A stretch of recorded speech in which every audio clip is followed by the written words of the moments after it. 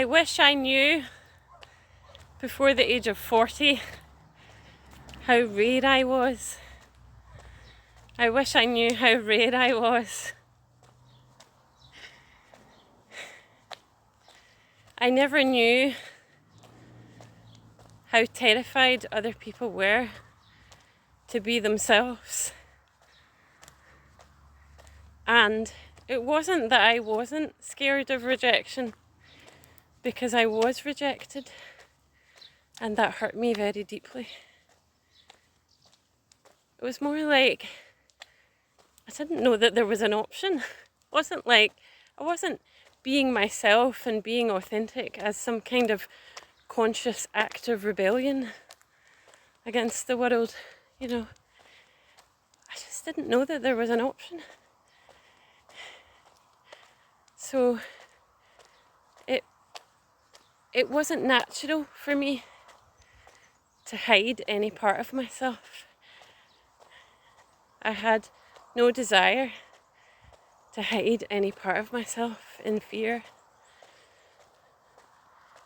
And I didn't know.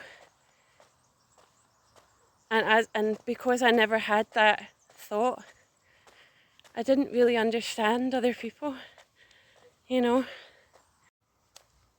And it's like you hear about the journey towards authenticity, learning to be authentic. But is it really about learning to be authentic? Or is it more about unlearning the conditioning? Maybe it's just me, right? I don't know. Is it just me? But I wasn't born with fear. I don't think anyone's born with fear, you know. And so I would meet the world with an open heart. And I would tap into the other person's fear. Because when someone who is authentic talks to you and you have layers of conditioning and fear, if someone like that talks to you, it's terrifying, because it just reminds you of how scared you are, right? So it's like, you know, I would meet the world with an open heart, and I would be rejected or blamed, or the other person would be shut down and scared. And I spent 40 years taking that on board and making that mean something about me. Must be something wrong with me, you know. And there was never anything wrong with me. And there's nothing wrong with you either. There's nothing wrong with anyone.